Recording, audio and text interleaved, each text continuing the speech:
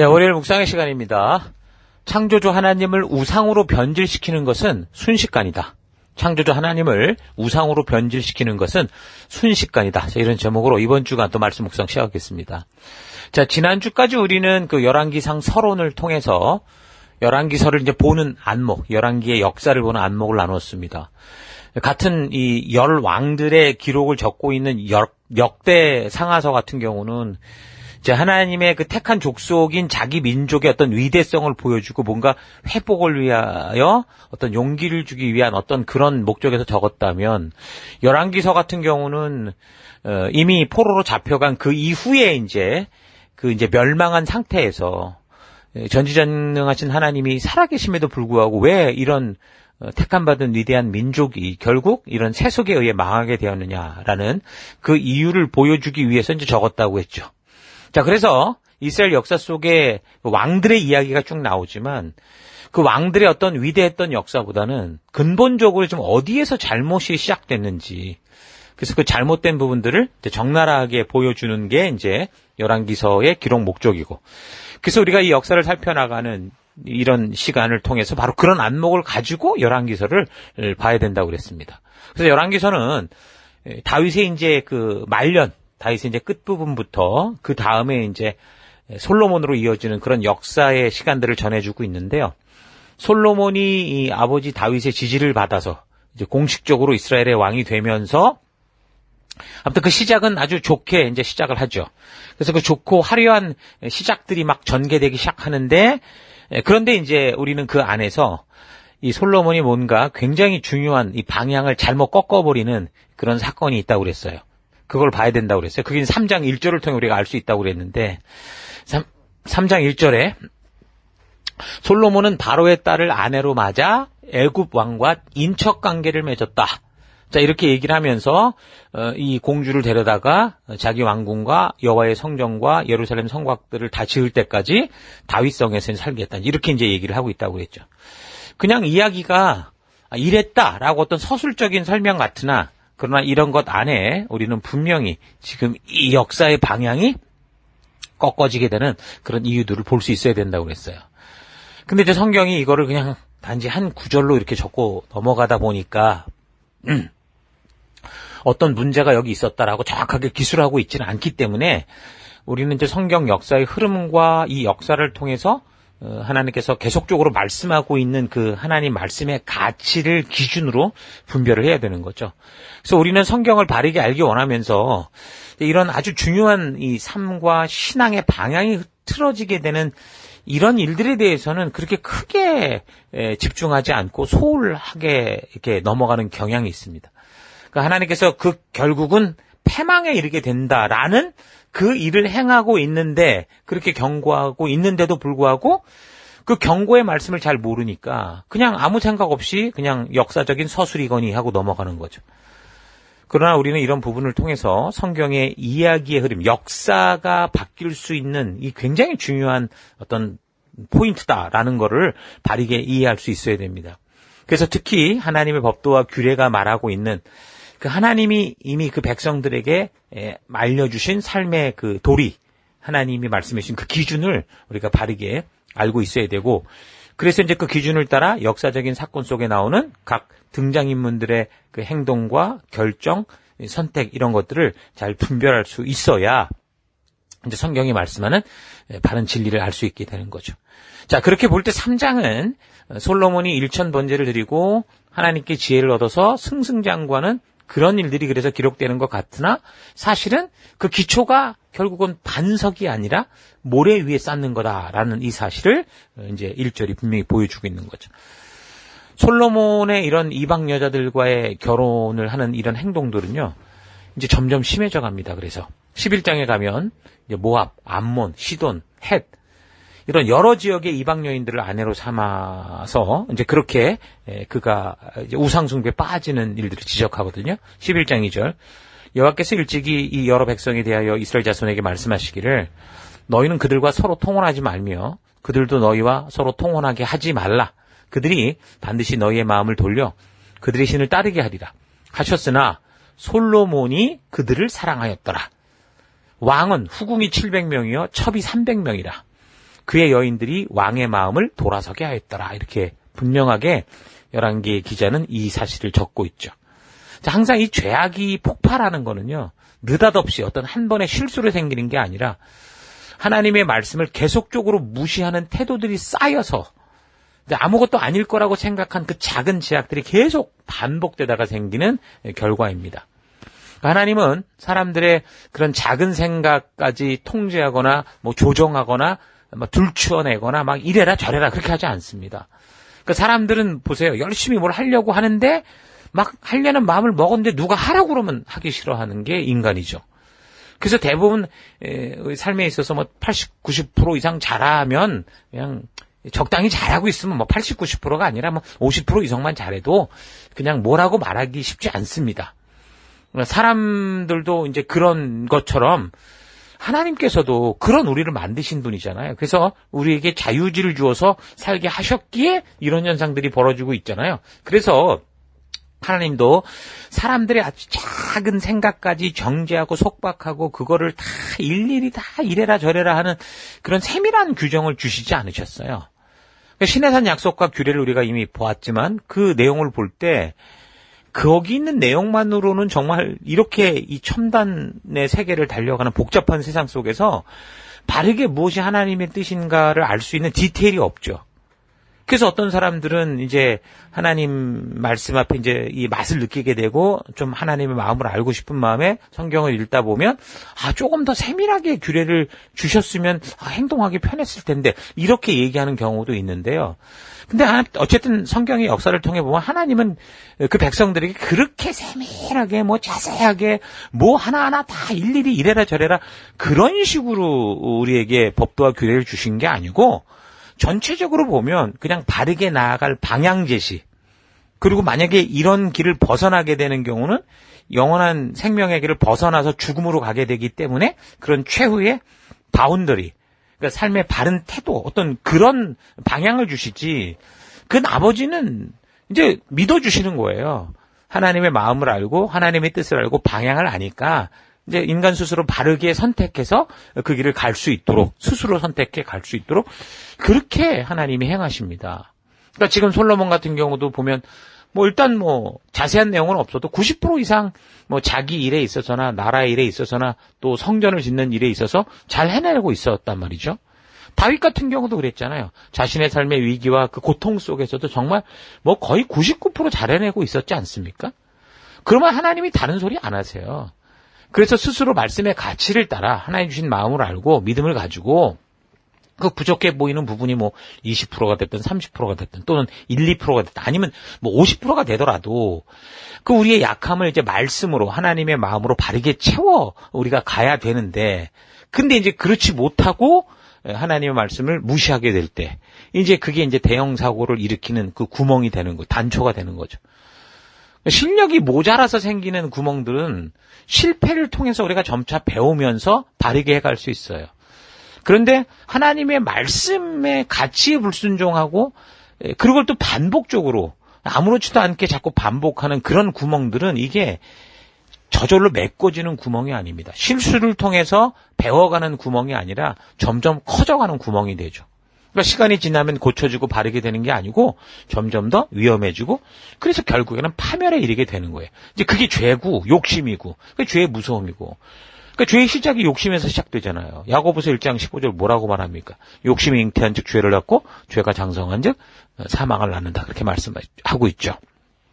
어쨌든 솔로몬은 나름대로 그 지혜를 가지고 이제 그 어떤 그 지역에 굉장한 그 이 힘을 가지게 됐을 때 그 근동 지역의 패권을 장악할 수 있는 어떤 방법으로서 자기 나름대로 이 정략 결혼이 좋겠다라고 생각했는지 모르지만 결국 하나님의 말씀을 이게 제대로 의도를 알지 못한 결과 이 근동 지역의 패권을 주겠다, 그래서 하나님의 영광을 드러내겠다라는 이상한 타이틀에 그 빠져버려가지고서 그 택한 방법이 이방 여자들을 이제 아내로 삼는 정략 결혼을 통해서 결국 그렇게 방법을 잡았는데 그게 결국에는 솔로몬이라는 사람 자체를 음욕과 정욕의 함정에 빠뜨리고 말았죠.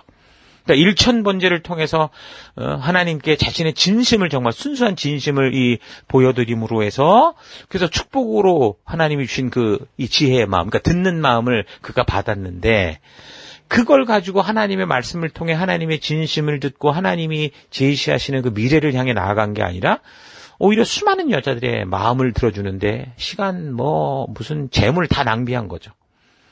그러니까 여러분 하나님이 주신 이 듣는 귀를 가지고 우리가 해야 될 것은 세상의 잡소리, 세상의 유행, 세상의 어떤 셀러브레이트가 되는 게 아니라 하나님의 진심을 들어야 돼요. 솔로몬과 같이 똑똑했던 사람이 하나님께서 주신 그 듣는 마음을 가지고 하나님의 마음을 날마다 묵상하고 읽고 그렇게 하나님의 말씀대로 살았다면 그래서 처음에 실수해서 애굽의 공주, 이집트의 공주를 데리고 왔을 수 있으니까 그것을 잘못된 것을 깨닫고 회개하고 돌이켜서 다시는 그런 일을 하지 않고 오히려 더 이제 바른 말씀의 가치대로 갔다면 그 실수가 오히려 그를 더 이 성경의 중요한 인물로 만드는 축복의 디딤돌이 될 수도 있었을 거예요. 근데 솔로몬은 하나님께서 주신 그 듣는 마음을 가지고 그냥 여자들만 긁어 모았죠. 후궁 700명, 첩 300명. 후궁과 첩의 차이가 뭔지 모르지만 어쨌든 1000명의 여자의 마음을 읽어주는 그런 일에 온 힘을 다 쓰는 거예요. 그래서 처음 이집트 공주를 데리고 오는 실수는 그냥 실수에 멈춘 게 아니라 결국 자기 야욕, 욕망, 이 욕심이 됐고 욕심이 장성하여 돌이킬 수 없는 죄가 되고 결국은 죽음으로 가는 거죠. 그래서 나라가 이제 솔로몬 이후에 두 개로 갈라지죠. 솔로몬 이후에 바로 그냥 나라가 남북으로 갈려지고 서로 다투다가 결국에는 이 두 민족이 다 어떻게 돼요? 이 두 족속들이, 이 두 나라가 결국 역사 속에서 사라져가고 맙니다. 사람은 누구나 그렇듯 모든 걸 처음 시작할 때는 다 스스로 연약하다고 생각하죠. 그래서 굉장히 겸손한 마음과 그런 태도를 사실 가지고 있습니다. 솔로몬도 역시 그랬을 거예요. 그런 겸손함과 그래서 나라를 다스리는 일에 있어서 내가 일개 왕자긴 하지만 이 나라를 다스릴 수 있을까라는 어떤 그런 부족함으로 인해서 좀 두려움이 있었을 겁니다. 그래서 처음에 그는 어땠어요? 여호와를 절실하게 의지했고 사랑했고 아버지 다윗이 전해진 법도들을 잘 지키려는 삶을 살았던 겁니다. 그 젊은 나이에 지금 왕이 됐기 때문에 그가 이제 백성들의 지지도 얻고 또 하나님의 뜻을 바르게 알길 원해서 겸손한 마음에 그 기본 산당에 가서 하나님 앞에 엄청난 희생 제사를 막 드리면서 하나님의 얼굴을 구하는 거죠. 소위 이제 교회에서 툭하면 들을 수 있는 그 일천번제를 그때 드렸는데 3장 4절 이에 왕이 제사하러 기브온으로 가니 거기에 산당이 큼이라 솔로몬이 그 제단에 일천번제를 드렸더니 기브온에서 밤에 여호와께서 솔로몬의 꿈에 나타나시니라 하나님이 이르시되 내가 너에게 무엇을 줄고 너는 구하라. 그러니까 여기서 이제 일천번제라는 말은 1000마리의 양으로 번제를 드렸다 이런 말이거든요. 이게 1000번 제사 드렸다 이게 아닙니다. 그 번자가 한 번, 두 번 하는 차례 번자가 아니고요. 뭘 태운다, 굽는다 이런 구울 번자, 태울 번자예요. 그러니까 재물을 태워서 드렸다는 거지. 그러니까 1000마리의 어떤 재물을 태워 드렸다는 거지 제사를 1000번 드렸다 이게 아닙니다. 왜 이런 얘기를 하냐면 이제 과거에 많은 경우 한국 교회에서 이 구절을 근거로 마치 이렇게 솔로몬처럼 간절히 지극정성을 드리면 산신령이 나타나 소원을 말해봐 이렇게 말하는 것처럼 그렇게 이제 하나님이 하셨다. 이런 식으로 이제 성경 해석을 해서 잘못 사용한 적이 많기 때문에 굳이 이런 얘기를 하는 겁니다. 사실 어떻게 보면 아직도 일천번제로 말미암아 오늘날 교회들이 함정에 여전히 빠져 있는 경우도 많아요. 이 솔로몬의 일천번제를 근거로 하나님께 지극정성의 헌금을 바치면 하나님께서 솔로몬의 꿈에 나타나 소원을 말해봐라고 한 것처럼 우리의 지극정성을 보여야 그래야 하나님이 우리의 간구를 들어주시지 않겠냐. 어떻게 보면 굉장히 타당해 보이는 이런 식으로 설명을 하면서 물론 대놓고 돈 내라 이런 말은 아니지만 결국 들어보면 이 원리를 그렇게 잘 이용해서 결국 일천번제 헌금 이런 식으로 이제 이 성도들을 이 교인들을 이끌어갔죠. 그래서 사람들이 마음속에는 지성이면 감천이라고 하는 이런 생각이 있으니 정성이 지극하면 하늘도 감동할 거다 이렇게 생각을 하게 된 거예요. 그래서 사실 이건 목사가 이렇게 해야 돼라고 가르쳐주지 않아도요. 뭔가 간절하게 소원을 이루고 싶은 그런 사람들, 그러니까 뭐 병에 걸린 사람들이라던가 큰 문제를 만난 사람들이라던가 또는 뭔가 좀 아주 중요한 일을 앞두고 절실하게 이걸 이루어야 되는 그런 간절함이 있는 사람들이 이제 이런 구절을 보거나 이런 잘못된 가르침을 듣게 되면 어떻게 돼요? 지푸라기라도 잡고 싶은 심정에 아주 당연하게 그런 지극정성을 보이려고 하죠. 그래서 자신이 간절히 바라고 원하는 것을 꼭 이루고 싶은 그런 마음에 저절로 이런 행동을 합니다. 그래서 심지어 뭐 집까지 팔아서 바치는 그런 일들, 뭐 이단도 이단이지만 이단에서 수없이 벌어지는 일이지만 정통 교회 안에서도 뭐 성전 짓는다 이래가면서 별일들이 다 있습니다. 자기가 소원한 바를 이루고자 하는 그런 어떤 의도에서 생기는 이런 일들이 벌어지고 있는 거죠. 여러분, 눈물을 흘리며 씨를 뿌리는 자가 기쁨으로 단을 거두는 것은 하나님이 만드신 창조의 법칙이 맞습니다. 근데 하나님은 정말 사람들의 정성과 진심을 기뻐하시는 거예요. 재물이 아니라. 그런데 이제 이런 법칙을 가지고 자신의 삶에서 하나님의 뜻대로 바르게 살고자 하는 그런 하나님과의 동행함의 의지도 없이 다만 지금 자신이 간절히 원하는 바를 이루기 위해서 이 힘 있는 하나님을 움직이려고 하는 그런 태도의 결과라면 이게 잘못됐다라는 거죠. 이게 바로 기복적이고 미신적인 행동이라는 거. 완전히 잘못된 거예요. 기복신앙이 뭡니까? 내가 무언가를 행해서 그에 대한 보응을 받는다는 인과응보론에 기초한 그런 그릇된 신앙이거든요. 그러니까 복을 불러들이려면 이렇게 해야 된다. 뭐 화를 물리치려면 이렇게 해야 된다. 액땜을 하려면 이래야 된다. 이런 식으로. 이거 뭐 무당을 찾아가거나 점치는 데 가면 이런 소리 많이 하잖아요. 그러니까 그런 식으로 이 일천번제 역시 내가 하나님께 1000번의 정성스러운 제물을 바치면 하나님이 지성이면 감천이다고 감동의 눈물을 흘리시면서 내 소원을 말해봐 이렇게 말씀하신다. 그러니까 결국 인과응보론에 기초해서 결국 그 의도는 하나님을 조종하려는 그런 식이 된 거죠. 한국교회가 한참 부흥하면서 정말 축복을 받는 것 같은 그런 시기, 우리 과거 이전에 한 3, 40년 이 시기에 사람들은 정말 하나님을 믿으면 복을 받을 것이라고 확신하게 되고 사람의 정성으로 하나님을 감동시켜서 자신이 기대하는 바를 얻으려고 결국에는 이게 종교 행위로 변질되기 시작한 거예요. 그런 예 중에 하나가 바로 1000번째 헌금이라는 겁니다.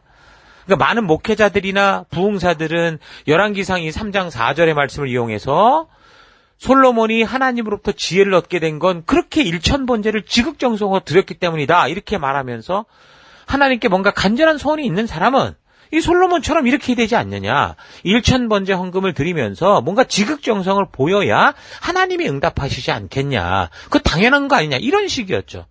그래서 누구든지 하나님께 기도로 아랠 소원이 있으면 먼저 그 기도 제목을 정해서 헌금 봉투에 적고 그 소원이 이루어질 때까지 매번 헌금 봉투에 정성을 담아서 헌금하게 하는데 그렇게 이제 1000번을 하나님께 드리면 하나님이 응답하셔서 그 소원을 들어주신다. 이런 식이었던 거죠. 그래서 대개의 경우 그 1000번째 헌금 봉투 같은 게 있어요. 그래서 맨 위에 뭐 제목으로 1000번째라는 어떤 문구가 인쇄돼 있고 그 밑에 이제 기도 제목, 소원을 적는 난, 봉헌자 누구, 금액 얼마, 자기가 이제 작정한 금액 얼마, 그리고 이제 옆에다가 몇 번 이렇게 적죠. 그래서 자기가 지금 몇 번째 헌금을 하고 있는지를 적을 수 있도록 이런 식으로까지 해서 심지어 뭐 가난한 사람 돈 1000원 없습니까? 이래가지고 새벽 기도 때마다 1000원씩이라도 1000번 맞춰봐라. 이런 식으로까지 이게 이상하게 번져졌거든요. 그러니까 이런 식의 같은 원리로 일부 교회에서 그렇게 이런 원리로 이제 1000번째 새벽 기도회, 1000번째 예배 이런 식으로 어쨌든 돈 모으는 어떤 방법으로 사용을 하죠. 그러니까 강단에서부터 뭔가 성도들이 하나님과 인격적으로 만나는 그 바른 가이드를 하는 게 아니라 하나님이라는 전능한 어떤 이 능력자를 움직여서 뭔가를 네가 얻고자 하면 지극정성을 보여야 된다. 그러니까 우상숭배와 똑같은 이 종교 행위를 가르치고 그렇게 유도를 했던 거죠. 여러분, 하나님은 사람들과 인격적 바른 관계를 원하시지 인간들의 욕심이 만들어낸 그러니까 신을 자기 마음대로 움직이고 싶어서 드리는 어떤 지극정성 치성의 재물과 예물과 금과 돈을 좋아하는 분이 아니라는 거죠. 하나님이 창조의 질서로 주신 법도와 규례, 신의 산 언약, 하나님의 신실한 뜻을 따라 살아가는 그의 백성이 되기를 원하시는 거예요. 그러니까 뭔가 종교인으로 두잉을 원하는 게 아니고요. 하나님이 원래 창조하신 백성다운, 그러니까 비잉, 성도다운 모습으로 살아가기를 원하시는 거예요. 뭐 이제는 그래도 뭐 과거 3, 40년 전 과거 한 10년, 20년 전과 다르게 이제 성도들이 많이 이제 지식적이 됐고 또 말씀에 대한 정보, 또 말씀에 대해서 많이 알고 있다고 볼 수 있어요. 그런데도 이 사람이라는 게 그래요. 자기가 급박한 일을 만나면 어떻게 돼요? 내가 애가 타니까 할 수 없이 금방 이런 함정에 또 쉽게 스스로 넘어가게 되는 일들이 다반사죠. 그러니까 바르게 하나님의 뜻대로 말씀 따라 살아감으로 그래서 결국 하나님이 그 백성을 책임져 주시고 치유해 주시고 위로해 주시는 진정한 은혜를 누리는 게 아니라 그냥 어떻게 해서든 빨리 조정해야 돼. 이 위기를 극복하기 위한 그런 어떤 이 잘못된 함정으로 자꾸 빠지게 되는 경우가 많습니다. 그러니까 이런 솔로몬의 일천번제가 나중에 이제 예루살렘 성전을 완공하고 나서 보면 이게 더 많은 제물로 바치거든요. 솔로몬이. 그래서 그때는 소가 22,000마리, 양을 12만 마리나 이렇게 드렸어요. 그러니까 모든 백성들이 다 함께 이 성전을 완성하고 봉헌식을 하면서 다 이 전국에서 사람이 왔기 때문에 그 음식을 나누어 먹기 위해서 그랬을 수도 있었을 겁니다. 근데 이제 이런 것들을 그 의도를 알지 못하고 잘못하면은 뭐 전부 어쨌든 돈을 모으는 그런 일로 이렇게 잘못 사용하는 경우가 너무나 많은 거예요. 분명한 것은 이제 역사의 흐름을 보면 솔로몬 같은 경우 결국 그래서 우상숭배로 빠지고 그 여파로 이제 나라가 나눠지게 되는데 거기 보면 여전히 많은 왕들이 대부분의 왕들이 그렇게 우상숭배와 늘 겹쳐진 그런 삶을 살아가는 걸 볼 수 있어요. 그러니까 결국 뭐예요? 그 왕들이 그 어떤 권력의 꼭대기에 올라갔을 때 자기도 절실한 거예요. 자기의 이 힘을 지키기 위해서 어떤 신의 힘이 필요하고 또 이 사람을 움직이기 위해선 이 돈이 필요하고 이런 식인 거죠. 그러니까 막 지극정성 바치면서 신들이 뭔가 자기 생각대로 움직여줄 것이라가는 그러니까 항상 어떤 권력을 잡으면 이상한 이 종교와 자꾸 어떤 그 잡신들과 접촉하는 경우가 얼마나 많습니까? 심지어 오늘날에도 어떤 사람 대통령 되기 전에 누가 그랬다고 뭐 손에다가 왕자 적어가지고서 사람들에게 보여주고 헛짓거리 하는 게 오늘날도 있잖아요. 그러니까 정성을 들이고 땀을 흘려 좋은 결과를 보는 것은 분명히 창조주의 법칙이기 때문에 그렇지만 이게 하나님과의 관계에 있어서 그렇게 행하는 것은 하나님을 움직이기 위해서 그렇게 행하는 것, 하나님을 내가 원하는 대로 움직이게 하기 위해서 그렇게 행하는 이 행위는요, 그건 더 이상 신앙이 아니라 우상숭배라고 그렇게 말할 수 있는 거예요. 그래서 하나님이 미가 선지자를 통해 이렇게 말씀하시죠. 미가 선지자는 그 남유다, 이제 나중에 뒤에 이제 나오는 역사인데, 남유다 요담 왕과 그 다음에 아하스라는 왕이 있을 때 사역하던 사람이에요. 근데 요담이나 아하스는 특히 이제 아하스 같은 경우 우상숭배 아주 심취했던 그런 왕이었거든요. 그때 이제 미가 선지자를 통해 하나님이 뭐라고 경고하셨냐면 미가서 6장 1절 여호와께서 자기 백성에게 하시는 말씀을 들어라. 너희는 일어나서 나를 고발하는 내용을 진술해라. 모든 산과 언덕들을 너희의 증인으로 불러 세워라. 산들아 여호와의 법정 진술을 들어라. 불변하는 땅의 터전들아 경청해라. 여호와께서 자기 백성과 법정을 투쟁하시고 이스라엘과 불화를 조정하실 것이다. 오 백성아 내 백성아 내가 너에게 잘못한 것이 뭐냐? 도대체 내가 너에게 지나치게 요구한 게 뭐냐? 그런 것이 있으면 말해봐라. 나는 오히려 너를 이집트 땅에서 해방시켜 데리고 나왔고 그 종살이의 죄사슬을 끊어주었다. 또 나는 모세와 아론과 미리암을 보내어 너를 도와줬다. 내 백성아, 모압의 임금 발락이 부올의 아들 발람을 시켜서 너희를 저주하여 망하게 하려고 흉계를 꾸몄으냐? 나는 그가 오히려 너에게 축복하도록 하였던 일을 기억하지 못하느냐? 시딤에서 길갈에 이르는 그 지극한 위험한 여행길에서 내가 너를 얼마나 충실히 도와주었는가를 전혀 기억하지 못하느냐. 6장 6절. 무엇을 가지고 내가 감히 주님 앞으로 나아가며 무엇을 바치고 내가 높으신 하나님을 경배해야 옳겠습니까? 불에 태워 바칠 번제물을 들고 가면 1년 된 송아지들을 번제물로 들고 가면 되겠습니까? 이런 식으로 좀 얘기를 했었어요. 그러니까 그 시대에 뭔가 하나님을 굉장히 높여놓는 것 같은데 그런 하나님의 비위를 맞추는 방법이 무엇인가를 가지고 이렇게 얘기를 하는 거예요. 내가 이걸 바치면 됩니까? 저걸 주면 됩니까? 그러니까 이미 하나님을 그저 우상 정도로만 이해하고 있었기에 하나님 지금 이스라엘 백성들에게 이 미가 선지자를 통해 호소하시고 지금 분명히 따지시는 거죠. 그래서 이 지극정성한 치성을 어떻게 바치어야 됩니까? 이렇게 묻고 정말 이 배은망덕한 말을 할 때 6장 7절 주께서 수천 마리의 수량이나 수만 줄기로 흐르는 강물같이 많은 올리브 기름을 기뻐하시겠습니까? 저기를 품고 반항한 나의 죄악을 씻으려면 나의 처다들을 희생제물로 바치고 그릇된 길로 살아간 내 인생의 허물을 벗으려면 내 몸에서 난 자식을 바쳐야 되겠습니까? 계속 지금 이제 하나님께 그렇게 얘기를 하는 거예요. 그러나 하나님이 원하시는 거 분명히 말해요. 6장 8절. 아니다. 주께서 원하시는 것은 이미 너에게 알려져 있다. 법을 지켜서 실천하고. 이 법이 뭐예요? 하나님의 법도와 규례. 신에서 주신 하나님 말씀의 가치죠. 변함없는 사랑을 베풀고 너의 하나님과 맑은 정신으로 동행하는 바로 그것이 내가 원하는 거다. 이렇게 말씀하세요. 그러니까 하나님께서 말씀하지 않는 것이 아니라 이미 신해산 언약 때부터 계속해서 하나님의 법도와 규례의 가치를 따라 하나님의 진정한 뜻이 통하는 그런 인격적 관계 가운데 살아가자고 말씀을 해오신 거고 이끌어 오신 거예요. 그런데도 사람들은 하나님을 자꾸 치성을 바쳐가면서 내가 원하는 대로 움직이는 그 우상으로 만들려고 그렇게 발버둥 쳐왔다라는 거죠. 여러분, 우리가 분명 성도라고 하면서도 사실상 잘 보면 자기가 급박한 일, 그러니까 위급한 일을 만나면 여전히 우리가 이런 함정 속에 쉽게 넘어가는 일들이 많을 수 있다는 거 잊지 마십시오. 다들 몸이 아프고 또 뭔가 사업이나 삶에 있어서 어려운 일을 만나면 늘 하나님을 찾는데 그게 하나님과의 인격적 관계 속으로 바르게 돌아오는 그런 어떤 회개와 회복이 아니라 하나님을 어떻게 해서든 설득해서 이용해 먹으려고 하는 그런 경우가 많다는 거죠. 누가 요즘 시대에 이런 말에 속느냐 그렇게 말하면서도 정작 자신이 어쩔 수 없이 급박한 상황을 만날 때는 순식간에 그런 미신 숭배자, 하나님을 우상으로 변질시키는 그런 일을 하게 되는 거죠. 하나님을 내가 원하는 대로 움직이려고 하는 그냥 그 본능적인 이 어떤 반응일 수도 있어요. 이런 게 우리라는 거죠. 그래서 여러분 이런 사실 잊지 마시고 스스로 자만하지 말고 항상 하나님의 법도와 규례의 정신으로 바르게 준비됨으로 어떤 급박한 상황 속에서도 하나님의 말씀과 뜻대로 우리가 살아감으로 하나님께서 백성들을 책임져 주시고 치유해 주시고 위로해 주시는 그 진정한 은혜를 누리는 여러분 될 수 있기를 바랍니다.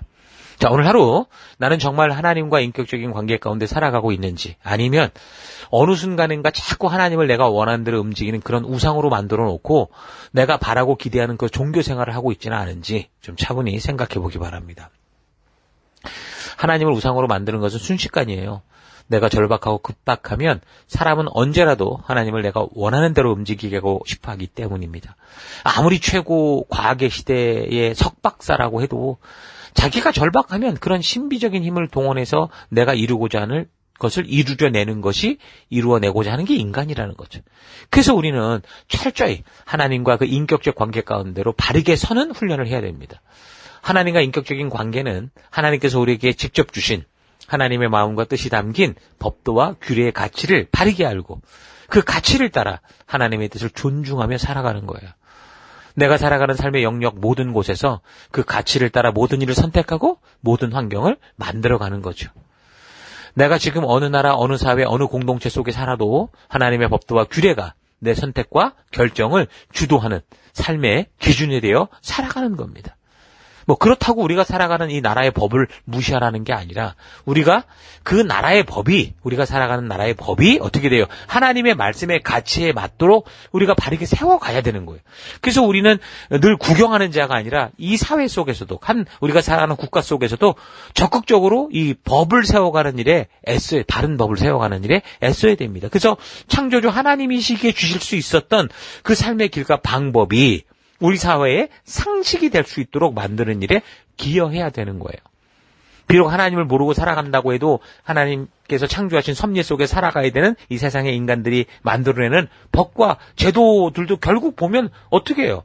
하나님이 창조하신 그 섭리를 따라 살아가야 되다 보니 이미 하나님이 말씀하신 우리가 성경을 통해 알고 있는 그 가치의 핵심들이 들어가 있는 것을 볼 수 있습니다. 그렇게 정해놓고도 법을 이용해 먹는 욕심에 빠지는 일이 다반사긴 하지만 적어도 법은 그런 가치를 놓고 만든 걸 알 수 있는 거죠. 왜 그래요? 그래야 서로 행복하게 살 수 있는 사회와 국가가 될 수 있다는 것을 이들이 긴 역사를 통해 체험해 왔기 때문에 그래요. 그래서 오늘날 우리 사회 속에 각 사회 속에 이제 각 나라가 이제 기본으로 삼고 있는 법치 국가의 이 개념은 성경적 개념이고 이게 하나님이 창조한 창조의 결과 때문에 세워진 놀라운 축복이라는 걸 여러분 잊지 마셔야 돼요. 그러므로 하나님을 오해하지 말고 하나님의 말씀과 역사가 담긴 성경을 바르고 빠르게 좀 알아서 이 시대에 태어나서 우리가 짧은 인생을 살고 갑니다. 100년도 안 되는 인생을 살고 가는 동안 정말 이 땅에서 살아야 되는 인간의 참된 그 삶의 길, 부르심을 따라 걸어가는 여러분과 제가 되기를 주의 이름으로 축원합니다. 자, 오늘 하루도 힘내십시오. 잠시 기도하겠습니다. 하나님께서는 우리를 인격적으로 만나주시고 관계 가운데 함께 동행하시기 원하시는데 하나님을 오해하고 잘못 알아서 하나님을 내가 원하는 것을 이루어내는 그런 우상으로 착각하고 살아온 삶을 회개합니다. 아무리 최고 과학의 시대를 살아간다고 해도 사람이 병으로나 큰 문제로나 자신 스스로 해결할 수 없는 큰 일을 만나면 순식간에 우상 숭배자와 같은 마음이 될 수 있다는 거 잊지 않고 부지런히 하나님께서 직접 주신 이 말씀을 통해 바르고 온전하게 보고 판단할 수 있는 눈을 가지기 원합니다. 하나님의 온전한 뜻을 알지 못하면 같은 성경을 읽고 같은 본문을 보면서도 하나님을 우상으로 만들 수 있다는 것 잊지 않고 하나님께서 항상 읽고 묵상하라고 하신 이 신해산 언약의 내용들을 차분히 성실히 알아가는 내가 되기를 원합니다. 그래서 내 삶 속에 하나님을 우상화시키는 게 아니라 살아계신 하나님을 온 열방 가운데 알게 하는 진정한 빛된 소금된 내가 되기를 간절히 바라옵고 이 하루가 그런 길이 되기를 원하오며 감사드리고 예수님 이름으로 기도했습니다. 아멘.